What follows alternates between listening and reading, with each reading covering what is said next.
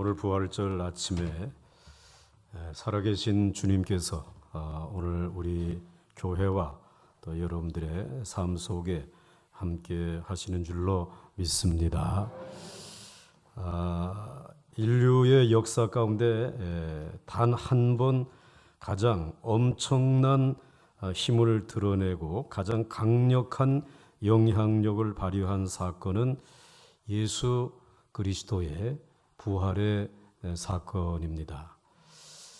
그 부활의 사건 이후 사람들은 변하기 시작했고 또 이 역사의 모든 일들도 변하기 시작을 했고 또 사람들의 모든 삶의 목표도 변화가 일어나게 된 것이 사실입니다.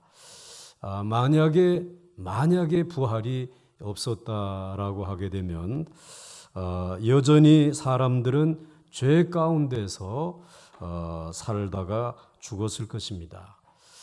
만약에 부활이 없었다라고 하게 되면 여전히 이 미움 가운데 살다가 사랑이 무엇인지도 모르고 인생을 마치게 되었을 것입니다. 만약에 부활이 없었다라고 하게 되면 우리 인생들은 여전히 과거에 얽매여서 한치도 미래로 나가지 못하는 그러한 삶을 살게 되었을 것입니다. 만약에 부활이 없었다면 사람들은 이 땅에서 가장 절망적인 존재가 되었을 것입니다. 그렇지만 예수 그리스도의 부활은 인류를 죄에서 의의 자리로 옮겨주었고 그리고 이 세상의 미움에서 사랑의 세계로 옮겨주었고 그리고 우리를 과거에서 미래로 나가게 해주셨고 그리고 절망에서 소망의 세계로 나아가게 해 주신 것입니다.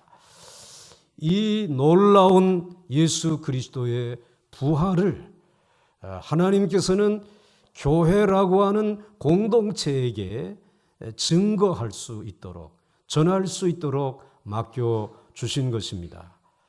만약에 교회가 예수 그리스도께서 부활하셨다라고 외치지 않는다면 이 예수 그리스도의 부활은 어느 누구에게도 전해질 수 없는 것입니다. 그러므로 여러분, 이 땅에 있는 교회는 예수 그리스도의 부활을 믿는 이들이 모인 부활의 공동체이며 부활을 증거하는 전령자들인 줄 믿으시기를 바랍니다. 첫째로 예수님은 제자들에게 부활에 관하여 가르쳤지만 아무도 그 사실을 믿지 않았습니다. 예수님께서는 제자들에게 여러 차례 예수 그리스도께서 이 생명의 원천이 되신다라고 하는 사실을 눈으로 보여주었습니다. 12살 먹은 회당장 야이로의 딸이 죽었을 때 예수님께서 그를 살리셨습니다. 예수님이 생명의 주인이시구나. 또 나인성 과부의 아들이 죽어서 성 밖으로 장례하러 나가는 그 길을 가로막으시고 그리고 예수님께서 그 과부의 아들을 살려주셨을 때에 제자들의 눈에는 예수님은 생명의 원천이시구나. 그뿐만 아니라 예수님의 절친한 친구였던 나사로가 죽어서 이미 나흘이나 돼서 이제 무덤에 장사되어 냄새나는 그와 같은 때에도 예수님께서 나사로야 나오라고 말씀하실 때 나사로는 살아나서 뚜벅뚜벅 걸어 나오지 않았습니까? 제자들은 예수님이 생명의 주인이시고 생명의 원천이라고 하는 이 사실을 이런 사건들을 통해서 보았습니다. 그리고 예수님의 제자들은 예수님이 친히 가르치시는 부활에 관한 말씀들을 들었던 사람들입니다. 나는 부활이요 생명이니 나를 믿는 자는 죽어도 살겠고 라고 말씀하시는 그 말씀의 가르침을 받았던 사람들이 예수님의 제자들이었습니다. 그리고 예수님께서 인자가 사람들의 손에 넘기고 죽임을 당하고 죽은 지 3일 만에 살아나리라고 하신 말씀을 몇 번이나 들었던 사람들이 예수님의 제자들이었습니다. 그럼에도 불구하고 예수님이 십자가에 죽으시고 무덤에 장사되는 그날에는 제자 중에 아무도 주님이 살아 돌아오리라고 하는 확신을 하지 못했습니다. 십자가에 못 박히시던 날밤에 마태복음 26장 31절 말씀에 예수께서 제자들에게 이르시되 오늘 밤 너희가 다 나를 버리리라. 기록된 바 내가 목자를 치리니 양의 떼가 흩어지리라 하였느니라. 제자들은 모두가 다 예수님을 버리고 도망갔습니다. 그들을 따르던 양떼들도 다 흩어져 버렸습니다. 제자들이 그렇게 죽은 자를 살리시고 부활에 관해서 가르침을 수없이 받았고 그리고 이제 저들이 정말 예수 그리스도께서 이 고난 뒤에 부활하실 것이다 라고 하는 말씀을 친히 그 전날 밤에도 들었음에도 불구하고 예수 그리스도의 부활을 믿음으로 받아들이지 못하고 도망가고 말았다라고 하는 사실. 제자들은 믿지 않았습니다. 부활에 대한 희망을 갖지 않았던 사람들입니다. 이렇게 예수 그리스도의 부활은 전혀 믿지 않았던 제자들에게 실제로 부활하신 예수 그리스도가 찾아오셔서 만남으로 인하여 확인된 사건입니다. 여러분들 살아있다가 알고 있다가 일어난 사건이면 그래 내가 아는 대로 그 일은 확실한 거야 그렇게 믿을 수 있어요. 또 예고되었던 것을 이제 그 일이 확인되어졌을 때 그 예고된 대로 그분이 살아난 거야 라고 할 수 있습니다. 그러나 부활의 사건은 수없이 보여주고 가르쳤고 예언하였음에도 불구하고 믿지 않았습니다. 사람이 죽었다가 살아나는 일은 어떠한 방법으로도 상상할 수 없는 일이기 때문에 믿지 않았습니다. 그러나 예수님은 믿지 않는 제자들에게 부활하신 모습으로 나타나셨습니다. 제자들은 예수님의 부활을 체험하게 된 것입니다. 예수님의 부활을 알게 된 것이 아닙니다. 배우게 된 것이 아닙니다. 체험한 것입니다. 실제로 저들의 손으로 못자국을 만져보고 저들의 손으로 예수님의 창자국을 만져보고 그리고 예수님과 같이 떡을 먹고 생선을 먹으면서 부활하신 주님과 함께 식사를 나누었고 그리고 예수님과 함께 이제 걸어가면서 예수님이 가르쳐 주시는 말씀을 들음으로 말미암아 체험하고 실제로 경험한 일이 예수 그리스도의 부활의 사건입니다. 부활을 체험한 제자들은 강하게 되어졌습니다. 부활을 체험으로 무장하게 된 제자들은 한 곳에 모여들기 시작했습니다. 그렇게 모인 곳이 교회가 된 것입니다. 초대교회는 모여서 오직 예수님의 부활 이야기만을 나누었습니다. 그가 참 하나님의 아들이심을 증거했습니다. 땅끝까지 이 부활의 복음을 전하자고 다짐하였습니다. 그리고 죽음의 사자 사탄의 요새를 무너뜨리자. 그리고 지옥의 문을 쳐부수자라고 다짐하고 생명이신 부활하신 예수 그리스도와 함께 온 세상을 변화시키기 위하여 달려나간 부활의 증인들인 것입니다. 사랑하는 성도 여러분, 우리 가운데는 예수 그리스도의 부활을 배워서 믿는 사람들이 있습니다. 그러나 이러한 사람은 환난과 핍박 앞에서는 무기력합니다. 죽은 믿음, 그렇기 때문에 환난과 핍박이 다가오게 되면 예수님의 부활을 모른다고 부인하는 사람들이 되고 맙니다.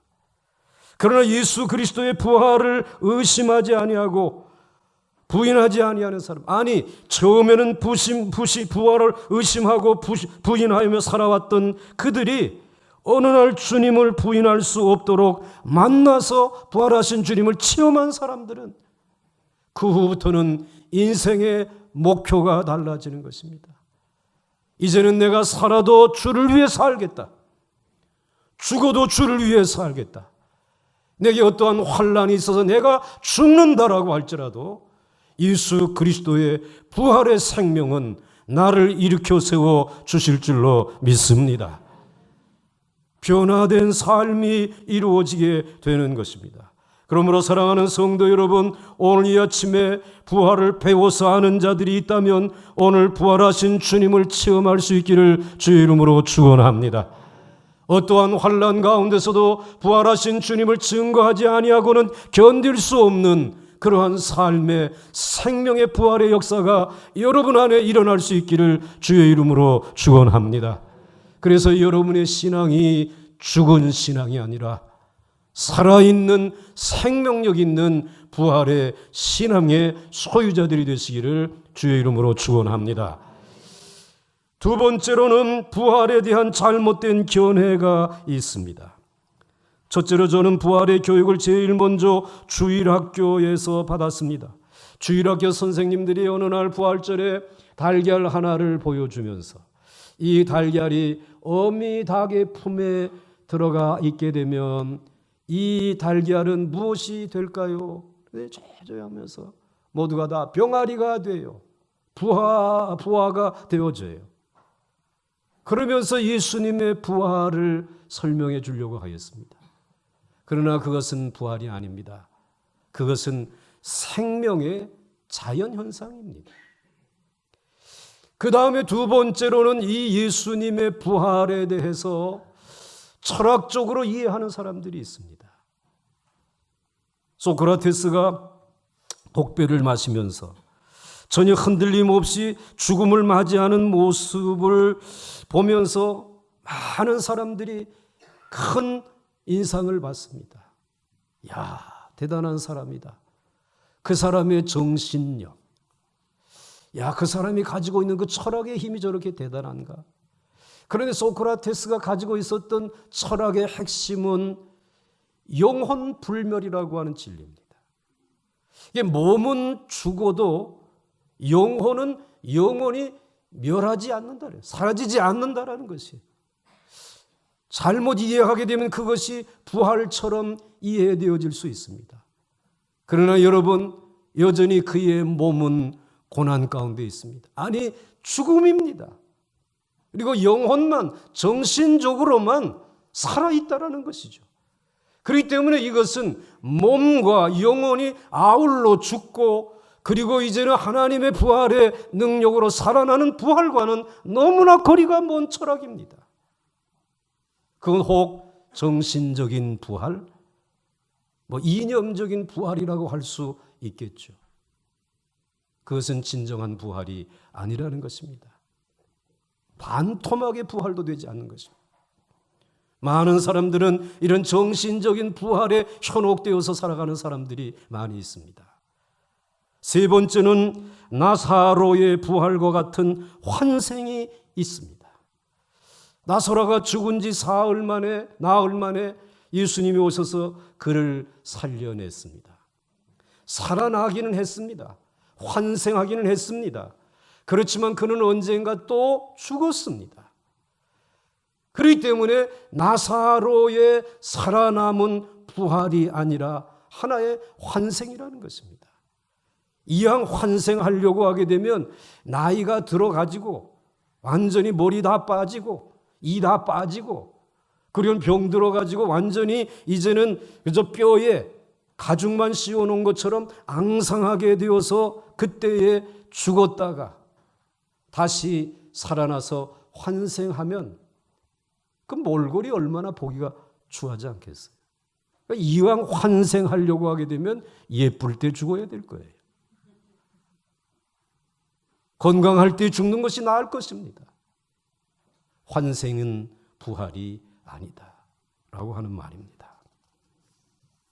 사랑하는 성도 여러분, 부활은 달걀이 부화하는 것과 같은 생명현상도 아니고요, 영혼 불멸의 철학도 아니고요, 잠시 죽었다가 다시 사는 환생도 아닙니다.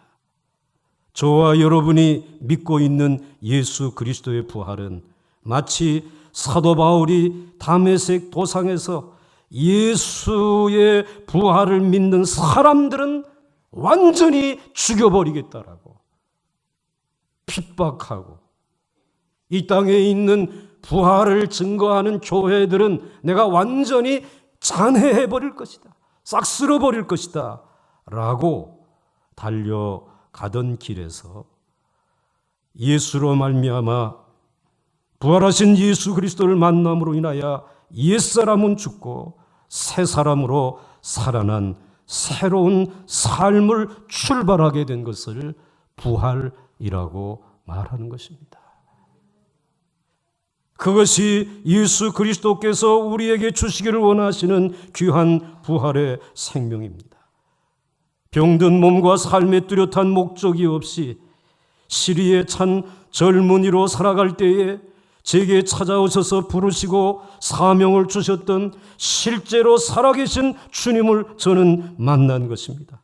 그 후로부터 예수 그리스도의 부활은 삶의 사건 자체요, 변화요, 능력이요, 축복으로 이해하게 되었습니다. 내 삶의 전환을 주신 분이 부활의 주님이셨습니다.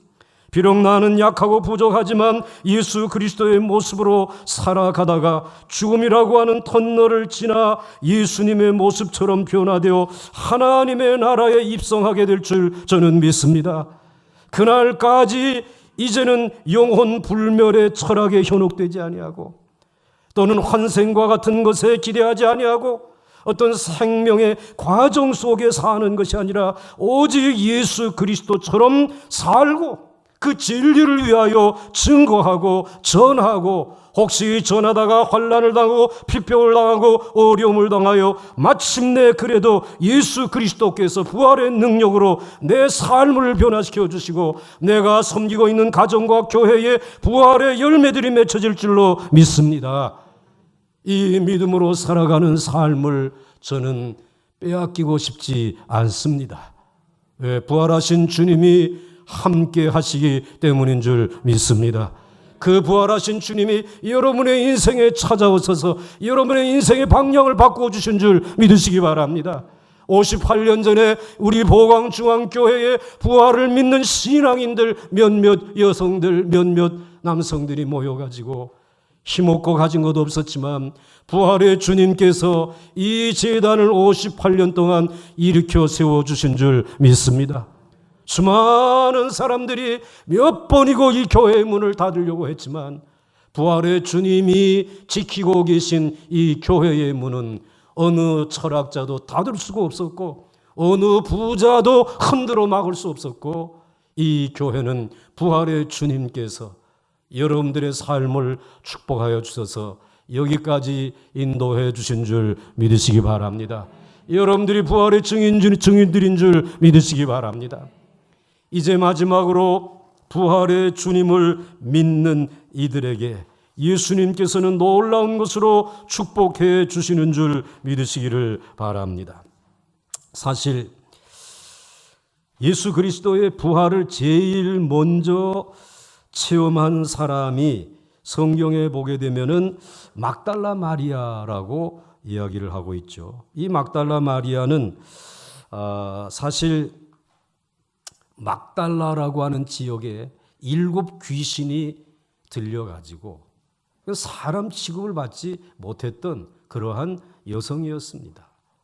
그래서 여러분들 막달라라고 하는 지역은 이 여성 때문에 정말 더럽고 추하고 음란한 지역의 대표로 우리들에게 소개되어졌던 그런 지역입니다. 이렇게 불쌍한 여인이 예수님을 만난 것입니다. 수고하고 무거운 짐진 자들아, 다 내게로 오라고. 이 말씀을 듣고 마음의 위로를 받았습니다. 나 같은 여인도 변화되어서 예수님이 주시는 저 위로의 쉼의 삶을 얻을 수 있을까?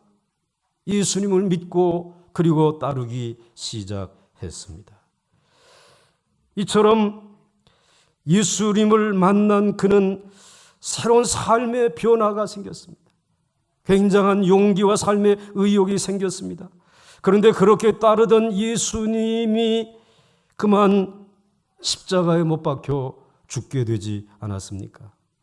막달라 마리아의 생애에 예수 때문에 완전히 새로운 삶이 찾아왔는데, 죄를 용서받고 질병을 치료받았고 삶이 거듭나게 되었는데, 그래서 사람들이 이구동성으로 저 여인이 새로워졌다 라고 하는 이야기를 들었는데, 이런 고마우신 예수님이 십자가에 달려 죽으신 것입니다. 그리고 아리마대 요셉의 무덤에 장사 지난 바 되었습니다. 막달라 마리아는 마지막까지 십자가와 무덤을 지켰습니다. 그리고 비탄에 젖어서 찢어지는 마음을 가지고 집으로 터벅터벅 돌아왔습니다. 그리고 이틀이 지났습니다. 안식 후 첫날 사흘째 되던 날, 예수님에게 마지막 봉사를 해드리기 위해서 예수님의 몸에 향유라도 발라드리고자 하는 마음으로 찾아갔습니다. 요한복음 20장 1절에 안식 후 첫날 일찍이 아직 어두울 때에 막달라 마리아가 무덤에 와서 돌이 무덤에서 옮겨진 것을 보고, 누가 이 돌을 옮겼을까? 예수님의 시체를 누가 훔쳐간 것이 아닐까? 로마의 병정들이 예수님의 시체를 누군가가 옮겨가서 지금 이 돌이 옮겨진 것이 아닐까? 이러한 생각을 하면서 월칵 눈물이 쏟아지게 된 것입니다. 그는 죽었고 그의 시체까지 없어진 빈 무덤이 된 것을 보고 울기 시작했습니다. 그래서 요한복음 20장 이제 15절 말씀에 보게 되면 11절 말씀에 마리아는 무덤에 서서 울고 있더니 울면서 굽으려 무덤 안을 들여다보니 라고 기록하고 있습니다.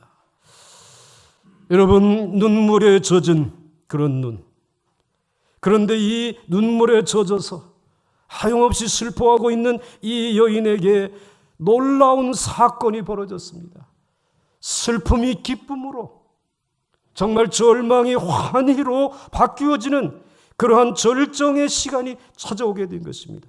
그 부활하신 예수님을 만나게 된 것이죠. 눈물에 젖은 눈으로 그녀는 부활하신 예수님을, 살아있는 예수님을 보았던 것입니다. 마리아의 이름을 부르며 부활하신 예수님이 나타나셨을 때에 마리아의 마음은 믿음으로 완전히 회복되었습니다. 모든 슬픔과 두려움을 사라지게 되었습니다. 요한복음 20장 15절과 16절에 이렇게 말씀하고 있습니다. 예수께서 이르시되 여자여 어찌하여 울며 누구를 찾느냐 하시니, 마리아는 그가 동산지기인 줄 알고 이르되 주여 당신이 옮겼거든 어디 두었는지 내게 이르소서, 그리하면 내가 가져가리이다. 예수께서 마리아야 하시거늘 마리아가 돌이켜 히브리 말로 라보니 하시니 이는 선생님이라는 말이라. 아멘.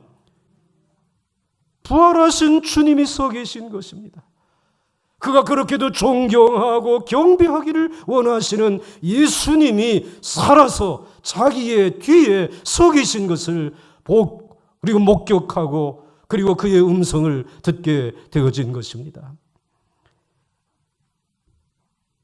사랑하는 성도 여러분, 그래서 이 여인은 17절 이하의 말씀을 보게 되면 이러한 사명을 받습니다. 예수께서 이르시되 나를 붙들지 말라. 내가 아직 아버지께로 올라가지 아니하였노라.